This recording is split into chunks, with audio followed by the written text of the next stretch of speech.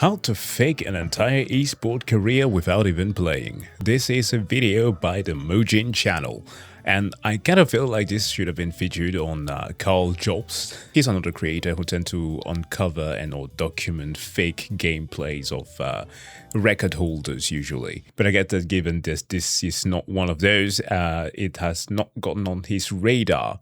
I see the Thai flag here in the thumbnail and I am very excited. I don't quite know what esports are super popular in Thailand or are making it big, especially not for the women's team. So yeah, let's get into it. Please, as usual, make sure to go and subscribe to Mujin, the original uploader of this video. And of course, if you'd like to do the same here, do so. But without further ado, let's get into it. How far would you be willing to go in order to fake a life that isn't yours? In today's world, this is a question worth asking because let's face it, there's too many people out there renting a sports car for a day pretending that it's theirs. And oh yeah, influencer superstar getting into a would-be cockpit of a plane pretending that they actually are partaking in some lavish lifestyle. This is one of many reasons as to why you do not use Instagram. I quit using it a year ago and I am fully fulfilled.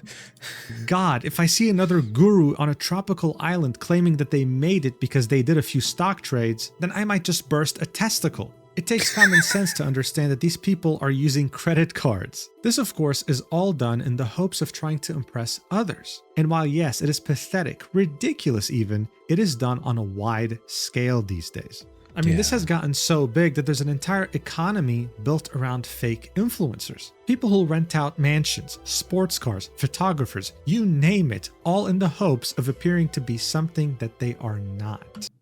And the shame of it all is, if you truly are chasing fame, you can do that for the smallest of things. My girlfriend last year got me really much into not farming. We're living on a farm, but not farming. I think the right word here should be gardening. I did spend like a couple of weeks after my channel got hacked helping in the garden and doing a lot of manual labor there. It was great. And through that, of course, you started watching a lot of influencers who are doing something similar. And it's like genuinely good content. People just talking about agriculture. And now I know there's now an entire business around just planting things because, of course, every single hobby has to be monetized. But you can achieve these things by being genuine. However, even though we've gotten to a point where this has gotten worryingly sophisticated with an entire economy built around it, all of this still pales in comparison to the fake life that esports athlete Nafat Warasin has lived for the last few years. An absolute rising star in one of Southeast Asia's most popular games, she managed to get signed to one of the top esports organizations of the region, which eventually led her to the highest honor imaginable, representing her country of Thailand in the 2025 Southeast Asia Games. Now, yes, admittedly, throughout all this time, she definitely had some suspicious behavior. There were definitely some doubts in regards to her avoided nature, but her teammates attributed that to maybe her being awkward, to maybe being nervous. You see, no one on her top team throughout so many hours playing with her could have ever guessed that her entire esports career has been nothing but fake. And no one could have even begun to come to the conclusion that for all this time, she wasn't even the one playing. What's even worse here is that this only got exposed after she had gotten on the Thailand national team and during an extremely important game between Thailand and Vietnam, which would have... Oh my god, that sucks. You're representing an entire country. Now the shame is gonna trickle down to everybody else. It's not just your team that you're affecting here. It's the entire reputation of the country. Led this team to the finals. Yes, she was actually caught red-handed live on stream during the semi-finals of a competition that is the equivalent of the Olympics of Southeast Asia.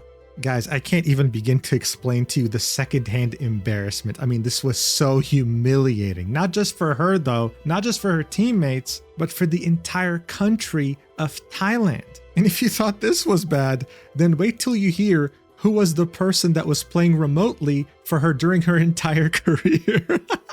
We only recently... No, don't. I have a suspicion that this is a simp. Please don't let it be so. No, that would be too embarrassing. I can't. Don't tell me that she paid some dude who was so down bad for her looks that he made her go to the semifinals. Ain't no fucking way. Got confirmation in the beginning of 2026, and it's one hell of a way to start the year. The 3rd Look, when I saw this, I thought it was so ridiculous. We had to talk about it. So you already know the drill. Without further ado, let's do this. All right, so to fully grasp what's going on, we have to go all the way back to the year 2011. Wait, what the fuck? Is this a Riot game? When Tencent would purchase Riot Games. This move was unprecedented and cost around $350 million. They were willing to make this bet because they understood how big the MOBA market was becoming. But more importantly, they were also understanding just how quickly the mobile market was becoming. It's Wild Rift. I guessed that. It's the game that I've covered here on the channel with the amazing AI advertisement. You stupid fool!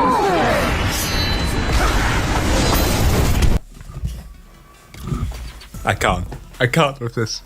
Jinx with her iconic Glock 19 full automated. Barely 2 years prior, Angry Birds had come out, and a year later, Candy Crush would come out, and these games would generate billions upon billions of dollars. Soon developers would stop looking at PC and console and just focus on mobile because it was a cash cow, an absolute money printing machine, and it changed gaming forever. And with the COVID investment, it skyrocketed even more. That's one of the reasons as to why every single company is trying to adopt the live service model to be sustainable, because that's what investors are looking into. And that's why companies like Xbox, in the only way that they can compete really, are trying to be on every other device and try to leverage something like the Game Pass, which unfortunately, given many different things, ended up rising in price and actually making it kind of a dud of an investment for the gamers. 2015, Tencent's leadership team truly wanted to work with Riot Games to make a mobile version of League of Legends. But no matter what Tencent did, no matter how many pitches they made, no matter how much revenue they started talking about, Riot Games leadership wouldn't budge. They truly believed that the experience that PC offered could never be replicated on mobile. But Tencent wasn't simply going to take no for an answer. In fact, even before asking Riot Games for their permission, they were already developing a MOBA for mobile behind the scenes and released it on that same year in November 2015, exclusively for China. And that game would be none other than Honor of Kings. 10 years later, Honor of Kings is still the highest grossing mobile game of all time, beating Candy Crush, PUBG, Clash of Clans, you name it, making a whopping $18.6 billion. The game would prove to be so successful that Tencent would release a non-Chinese version for the rest of the world. It would be called Arena of Valor, and it would be published by G Arena. Now, this game wouldn't really find a lot of success in the West, but would instead find its success in Southeast Asia. Oh, so excuse me, I thought that this was going to be a Wild Rift video, but okay.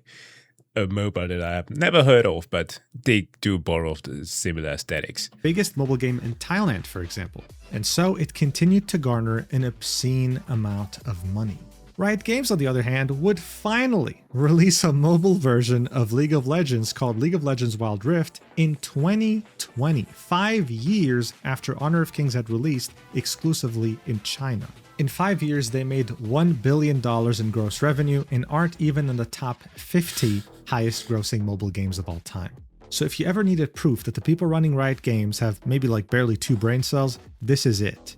And the reason why I told you all this is because this incident involves Arena of Valor. You see, esports tournaments in Southeast Asia always have a form of mobile games, whether it be PUBG or Arena of Valor, and they're taken very seriously. This is where the Southeast Asian Games come in. It's seen as this region's Olympics, and it happens once every 2 years. It features a wide array of different sports, and of course, one of these categories involves esports.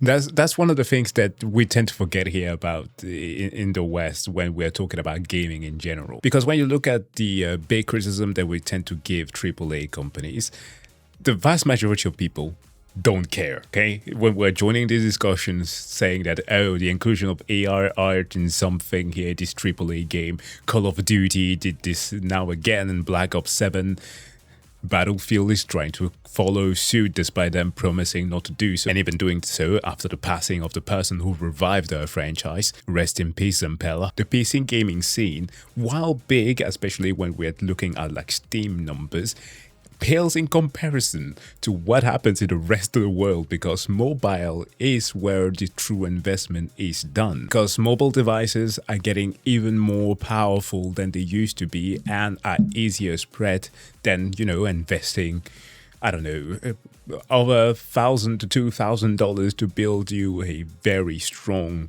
gaming rig. Specifically, Arena of Valor. Now look, as I mentioned in the intro already, when it comes to Arena of Valor, TokyoGurl was a rising star. So much so that Thailand Esports, a recognizable name in the Southeast Asian scene, decided to sign her on their team.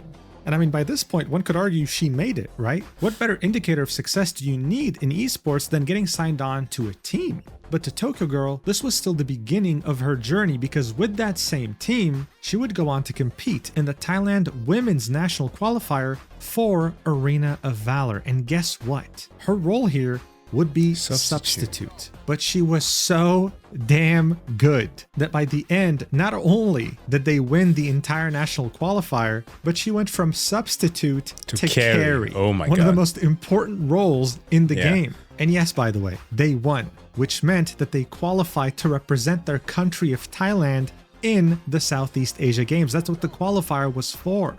Team Talon was going to have the incredible honor of representing their country, and TokyoGurl was right there as the team's carry. Not only that though, she was seen as the rising star of the women's Arena Valor esports scene and was being given nicknames like Beautiful Girl or whatever because she was both beautiful and incredibly skilled at the game.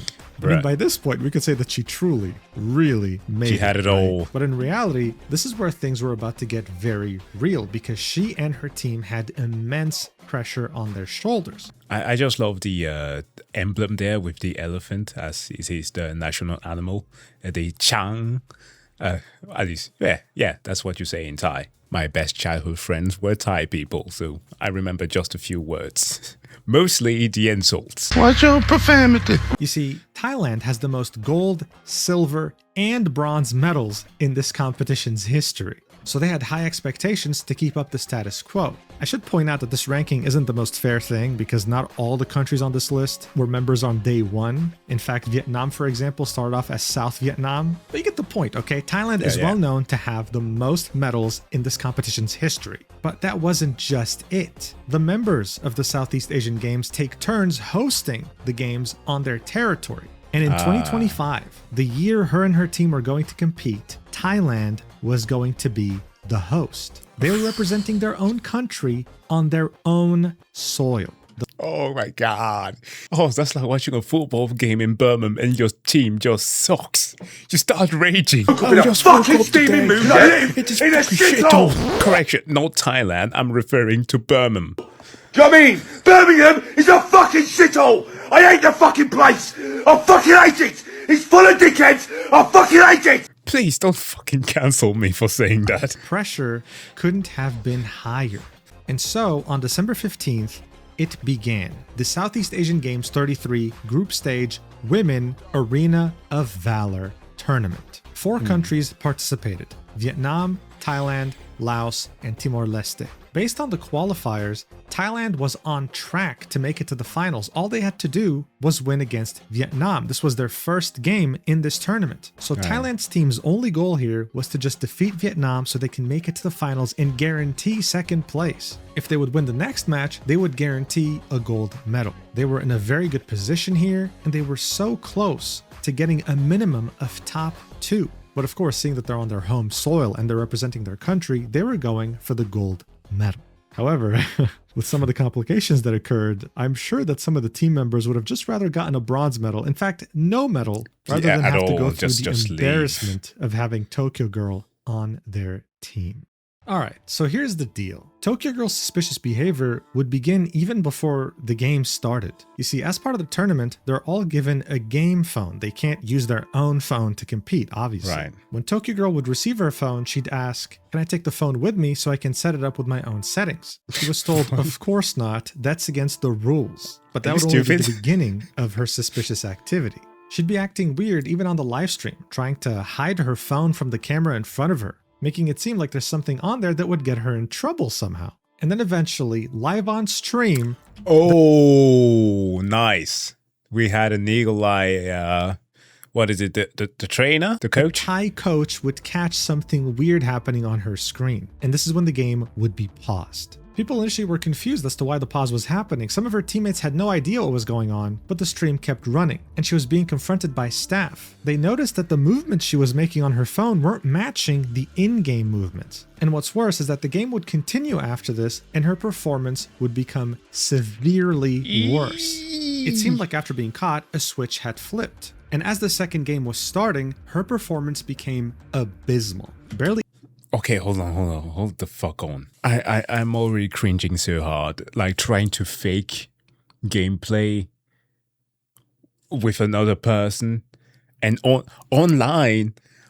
Wait, what the fuck? Doesn't stuff like this happen on the local server? Able to get a single kill. But at the time, fans weren't even concerned with any of this. They were concerned with the fact that she was acting weird after being caught, making a middle finger gesture to the camera. This is of course seen as very unprofessional and not fit for an athlete. But I guess this was just her way of coping with the idea that she was caught. So as I mentioned, after she was caught, the games kept going on. TokyoGurl's performance would be abysmal, some of the worst games she's ever played in her career. And Thailand would end up losing to Vietnam 0-3. It was a very embarrassing defeat, but what was more embarrassing are the extremely quick and ruthless consequences that came her way on the same day.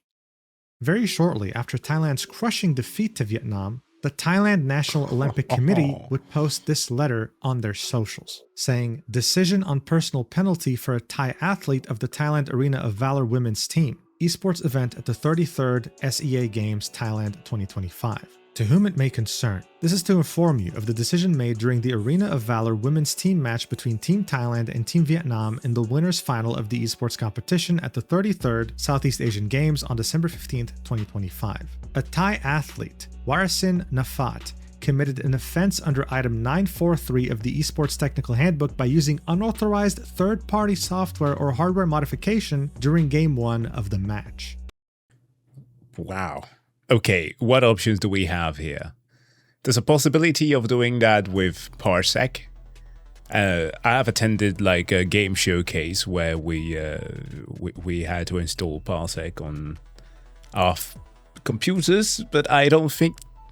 Do they have an iOS version? That is possible because Parsec is fast. I don't see TeamViewer as being an option because TeamViewer is slow as shit. And also that's something that usually is used by scammers, so no. And also it's old. Do people even still use TeamViewers? But regardless, does Parsec does that? Maybe she didn't even control the game. Oh no. Please, I have a theory, but I'm gonna let him confirm it. After further investigation, conclusive evidence was found, which led to the imposition of a personal penalty resulting in her expulsion from the entirety of the esports competition at the 33rd Southeast Asian Games. The decision is final. The above is for your information and understanding. Thank you and best regards. Signed, the Esports Technical Delegate of the 33rd Southeast Asian Games. So hey, that investigation didn't take long at all. And this letter would serve to be the beginning of a tsunami for TokyoGurl's entire career. But before we get to that, let's take a step back. What the hell did they mean when they said using unauthorized third-party software or hardware modification? What exactly did she do? How could you even cheat in a MOBA game? Well, that wasn't clear. The Thailand National Olympic Committee didn't give any specifics, so you had many people theorize and even news publications theorize that what she was using was TeamViewer, a program that allows you to remotely control a user's device. But Yeah, TeamViewer is popular, I would say, in Southeast Asia. And okay, I'm saying this not to be demeaning in any way whatsoever, but a lot of scammers have made use of this software, which is why I refer to Parsec first and foremost, because that will make sense. It's fast. TeamViewer, it's very fucking slow. You see, anyone who's used TeamViewer before can attest to the fact that it's laggy as fuck. The latency would not allow you to compete in a high-level esports tournament, especially in a MOBA. It requires split-second decisions. Additionally, many people were wondering how we could even start talking about remote interference when this was a tournament. Aren't tournaments like this usually held on a local network? Yes. Well, it turned out that no, actually. Not in the case of the women's tournament. The women's tournament for Arena of Valor was on an online private server. So things were starting to get very interesting, to say the least, but no proper conclusions were reached just yet as to how she cheated. In the meantime, though, the tsunami on her career would continue, and Talon would very quickly release a statement saying she is out of our organization effective immediately. Additionally, she'll be repaying around 9 months of her training costs for the entire duration of when she was under our organization. Now, they didn't specify a number, but around 9 months of training expenses? Yeah, that's not a small amount of money, I'm sure. As far as I'm aware, this also included prize money. And of course, seeing all this happen, G Arena wasted no time whatsoever and also put out a statement on their Facebook page. In it, they would of course express outrage and announce that they were banning TokyoGurl from participating in anything related to Arena of Valor indefinitely, forever. But of course, this tsunami ending her career didn't just involve companies. It also involved her heartbroken teammates, like, for example, Give Me a Kiss, the captain for the Talon team, and, by that same token, the captain for the Thailand national team. On December 15th, she'd post, "I was heartbroken when I found out, but I'll do my best." Her heartbreak is of course in reference to her teammate cheating, but her saying that she'll do her best was in reference to the game they've still yet to play in the lower bracket final. You see, shortly after the game... Wait a minute, I like that one. Keep fighting, Coda, but let me pass this message back to that person since I've heard they used to lecture others. Ooh! Yeah. Ain't that a bitch? The scammer that tend to tell people, yeah, you should do this and that. Regarding sportsmanship, I understand that you can't teach it to someone who isn't an athlete. Ooh.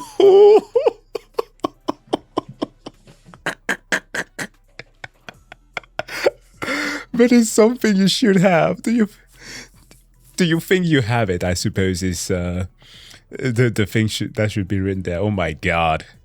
That's a diss if I've ever read one. They've still yet to play in the lower bracket final. You see, shortly after the game with Vietnam, TokyoGurl would get benched. The Thailand national team would then bring in the substitute to play against Laos because they had won against Timor-Leste and therefore qualified to play Thailand in the lower bracket final. The winner of the lower bracket final would face off against Vietnam in the real finals for the gold medal. Thailand would actually end up winning against Laos, qualifying them for the finals against Vietnam. This game against Laos would happen on the next day in the early morning of the 16th. However, barely a few hours later, Santi Lothong, who is the president of the Thai Esport Federation, would go live on his personal Facebook page. This is when he would confirm, while breaking down in tears, that the Thailand national team for Arena of Valor would be withdrawing from the competition entirely, even though they had made it to the finals against Vietnam. This meant that Laos would take their place, and this meant that Thailand was withdrawing with 0 medals in the women's tournament for Arena of Valor. He'd then speak to a newspaper on that matter and say, "I, Santi Lothong, as president of the Thai Esports Federation and president of the Asian Esports Federation, hereby announce that Thailand will withdraw its Arena of Valor women's team from the 33rd SCA Games hosted by Thailand. We respect all regulations, we respect friendships, and we respect the spirit of sportsmanship. What happened went beyond our scope of responsibility, as this is a serious matter. As the host nation, we cannot allow the tournament to continue under such circumstances." Fair enough. It is a home game, and yeah, you're the one who screwed the pooch. So By the way, I fucking hate that expression, but it's funny. But yeah, I guess they should take responsibility. But that's got to suck for every other teammate. It's not their fault. They did not know. They weren't privy to any of this. And now a countrywide embarrassment. We understand that the Thai and Laotian teams still competed this morning. Thank you, Chairman Chan, for not filing a complaint against Thailand or withdrawing from the tournament this morning. That is the spirit of the Association of Southeast Asian Nations. Thank you to the Laotian athletes for taking to the field and showing respect for Thailand. As the president of the association, I would like to send my encouragement to the remaining athletes who are still competing. I understand that you have all tried your best. Last night I spoke with Coach Poom. This is truly a very difficult situation, with Thailand being the host country and me as the president of the Asian Federation, who is absolutely responsible for overseeing this tournament. After that, I will speak individually with the athletes in my capacity as the esports manager of Thailand. So as you can see, this was a very big deal. It was very embarrassing, heartbreaking, and humiliating to anyone that had anything to do with Thailand. After the announcement of them officially withdrawing from the competition, Give Me a Kiss would post another Facebook post that was met with a ton of support, saying, "I'm speechless with sadness. We've all worked so hard for this, towards our shared dream and goal. Last night we continued practicing with the remaining lineup until very late. My heart is completely shattered. Finally, I want to apologize to everyone." You see, this wasn't just about the teammates of TokyoGurl or the organizers. This stretched way beyond to any Thai athlete. In parallel, for example, the men's division of Arena of Valor had won second place. But now, even that was being put into question. Did they cheat? Did they do this legit? They had essentially faced additional scrutiny just because of that incident and made it seem like they faked their win. All Thai athletes were beginning to suffer from this. So seeing that this incident had escaped containment like radiation had escaped Chernobyl, and the consequences were spreading shockwaves across the entirety of Thailand as a country and its integrity and its pride, what did TokyoGurl have to say about it? Yeah, she was starting to taste the lead or metal in her mouth, and hopefully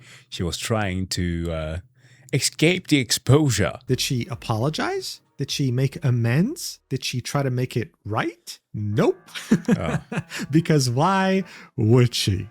Instead, she'd be hospitalized immediately after. And the only public statement she'd make would be a reply to a Facebook post criticizing her. Here's what she'd have to say. "Let me answer. If I had cheated, I would have won a long time ago. To be honest, how could I have cheated? I was playing by myself, but because of the stress and pressure of the game, I panicked. At that time, no one around me knew what was happening, so I was taken to the hospital. I've only just been able to use my phone and my hand is still plugged into an IV drip, so I'm completely unable to share or clarify anything about the fraud. You don't know what I've been through, and yet you're saying that? Anyone in that situation wouldn't know how to react either. As for the middle finger incident, I was just joking with the person sitting next to me. When I turned around, the camera was pointed at someone else's face. I was just teasing my friends because I was so stressed at the time. I was so panicked that I fainted, which is why I had to be taken to the hospital." I mean, seriously, what an incredible 10 out of 10 statement. It's the type of apology that we tend to see from like AAA companies in like a black background. "We are sorry that you're feeling that way." Gosh, why are they always like these? Just admit you're wrong. You are a national embarrassment. International, by the way, already, given that people who, like myself, did not even know about the game that you're playing now know about this. Really redeemed herself with that one. I mean, who is this Cha-Cha Chilla trying to gain sympathy by telling us she's in the hospital? Look, under no circumstances should someone hurt themselves over anything. But come on, you fainted because you were stressed? Of course you would be, because you were caught. And no one's going to believe that whole middle finger story. You were looking directly at the camera. And as she was trying to defend herself in this stupidly made post, more details would emerge as to how she cheated. So each player was given a phone, right? And since this wasn't played on LAN, this was played on an online private server, each player was given an account to log in with. TokyoGurl would then take these credentials and send them to someone else so that they can log in and play for her. She would then install Discord, okay? No!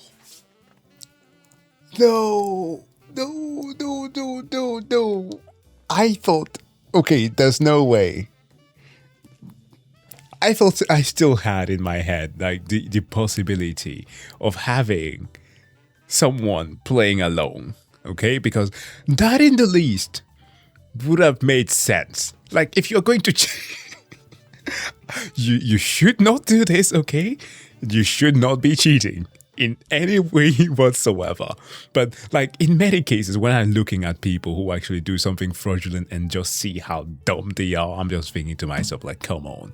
But if you were to be cheating, at least not do one of those where you are pretending that your movement don't match. At least use one where you are going to have to constantly track the movement in real time, not display someone else's screen. So that they can log in and play for her. She would then install Discord, okay, and get into a call with the person playing for her. That person would then screen share their game.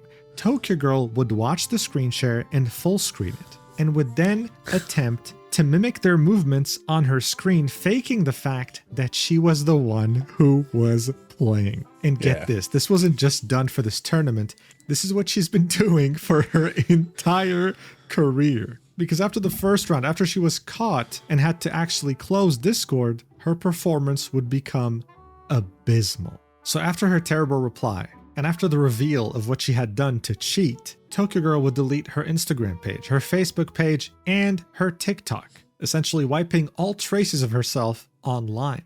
As people were still mind blown by how she was able to fake her entire career through using Discord, the Vietnamese newspaper VN Express would interview some players in the Arena of Valor community, including the team captain Give Me a Kiss, to try and understand TokyoGurl's insane story a bit better. The article would say, TokyoGurl had long been a prominent name in Thailand's Arena of Valor community. Team captain Jomkon Pomsino, known as Give Me a Kiss, said she was widely regarded as one of the country's strongest female marksmen and jungle players. Her live streams and TikTok videos regularly showcased high-level gameplay, leading to her inclusion in the national squad without a formal tryout. Head coach Jakopon Pom and several teammates said TokyoGurl appeared to be the strongest player on the roster during preseason practice matches. However, they noted that she rarely attended in-person training sessions and mostly played with the team online. Yeah, they just took her in by, oh no, she's so quirky. She's a little bit antisocial, but aren't we all? We are playing video games. No, that doesn't fly when you're doing esports. They actually do train. They are actual athletes. You will be found out eventually. Surprise, surprise, right? TokyoGurl's reputation was further reinforced by Chicken V, a well-known Thai Arena of Valor streamer who had previously helped introduce her to a wider audience. I played solo matches against her and lost badly, Chicken V said. But in hindsight, there were warning signs. She always had someone beside her when playing online. When I asked her to play in person, she often made excuses. Looking back at her old videos, none showed her hands or the screen, only her forehead. So you see, there were signs, but these people chose to give her the benefit of the doubt. And yet she completely used their trust and threw it in the garbage. However, one question remained. Who the hell was behind her gameplay? Who was this insane player that allowed her to fake her entire career? Well, and you won't believe this. He's not an esport athlete. No fucking way. No. I thought it was like some kind of disgraced simp or something. Please, come on. But it just so happened that TokyoGurl's boyfriend had been an ex-esports player for Arena of Valor. I know, absolutely crazy. No one would have guessed that. So people theorized that it was him. However, no one had any concrete proof, and no one had come out to reveal this. That would be, of course, until a couple weeks would pass by after the incident, because on January 2nd, the remote player would finally confess. To almost nobody's surprise, on January 2nd, Cheerio would come out and confess that he was the player playing remotely for TokyoGurl. He confessed this by posting a statement on his personal TikTok account, an account that still, even after posting the confession, has a donation link in the bio. I mean, how shameless can you really be? The statement would of course be in Thai and would comprise of 2 pages. Here's what it had to say. Hello, I'm Cheerio, and I want to clarify the issues that occurred during the SEA Games 33 and other tournaments where there were suspicions of substitutions in many matches. I acknowledge that this is true as reported by the press. I've had time to reflect. I regret what I have done and I want to offer my sincere apologies to society. Okay, this is a bit roughly translated, but you'll get the point, I'm sure. I mean, that's fair. We do, in fact, live in a society. I take responsibility for what happened and accept all criticism and consequences without any justification. I apologize to those affected by my selfish actions. I apologize to all Thai people for bringing shame to the country. This incident is an important lesson in my life. I will use it to reflect on myself, improve, and make amends. I promise that I will not let anyone else be harmed or let the country lose its reputation because of my actions again. Finally, I would like to apologize to everyone once again. I apologize to Mr. Santi Lotong, president of the Thai Esport Association. I apologize to the Thailand women's team. I apologize to the other women's teams that lost their chance. I apologize to everyone involved in all the tournaments I participated in, and I apologize to everyone who was disappointed with the results. I decided to speak out late because the public outcry was so strong and so rapid that I wasn't prepared and didn't know how to respond. Bro just got a lifetime of negative aura. That will never leave. Apologize to everyone. I'm currently in a place where I'm not ready to live stream. When I get home, I will live stream to apologize and again explain what everyone wants to know. So look, already way better than the statements that TokyoGurl made, but still, a lot of questions remain unanswered. And I guess when he eventually live streams, maybe we'll get to know. And according to this article by the Vietnamese publication known as Bao Moi, Chiryo is highly regarded in the Thai esports scene. Specifically for Arena of Valor, he's seen as a very skilled player. Interestingly enough, someone of his skill and playstyle stood more to lose than TokyoGurl by doing this. So that's one of the questions that's unanswered. Why did he do this? Purely because he was her boyfriend, or was there something else at play? Either way, in the grand scheme of things, that doesn't matter, because the Thai Esports Association immediately would announce that they're taking action not just against TokyoGurl, but now against Chiryo after he admitted being the remote player. This is where Santi Lotong would confirm that he'll be pursuing legal action against both individuals to the fullest extent, saying that Chiryo's admission will expedite the investigation process by allowing communication companies to check the IP addresses of the offenders for evidence, with authorities affirming that legal proceedings will continue until fully resolved. And by the way, just as an update, yes, they've confirmed that the IP address was different. So it doesn't take a genius to understand that this couple will be facing a lot of headaches in 2026, and the year has barely just started. But speaking of headaches, the ones who actually have to suffer through them for a long time now will be anyone, more specifically any woman looking to compete for Thailand. Or you know what? In esports in general. This is well explained by Frozen Kiss, one of the biggest Thai female content creators who also used to be an esports athlete. She'd make this post on Facebook saying, "I'm speechless with disappointment. Why would someone cheat to make the national team? Even in smaller tournaments, it's unacceptable. Other women's teams that are serious, dedicated to training and competing have been developing for so long. This Southeast Asia Games was watched by many, and there was a growing desire to see a proper women's tournament established, and then it all fell apart. The problem of substitutions never goes away no matter how many years pass. Honestly, I'm so ashamed that a player we used to compete with is accused of cheating at a national level. How will people view Thai female players now? Why would someone dare to ruin our country's reputation and the dedication of others? It feels so unfair."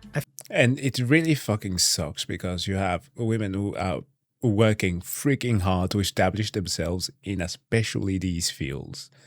And then you have absolute numbskulls. I'm going to use that word because that's what you are doing, especially with a response like the one that she gave, who sabotages it all for everybody. I feel so sorry for the other teams that worked so hard but lost like this. It's such a waste of opportunity. So as I mentioned before, this wasn't just about this team in particular or TokyoGurl in particular. This was about all Thai athletes. And I mean, think of how demotivating it is to be a team that had lost to Talon in the national qualifiers. Like, you lost out on the opportunity of representing your country because someone on the enemy team had their boyfriend playing for them. That's crazy. It's so unfortunate. And based on Frozen Kiss's post, she said the problem of substitutions never goes away no matter how many years pass. This means that this isn't the first time that a female athlete faked her entire career in esports. It's just that no one managed to fake it until they had reached the national team. It's only normal to be furious if you're Thai, and I mean, it's only normal to be furious if you're a woman in general, honestly.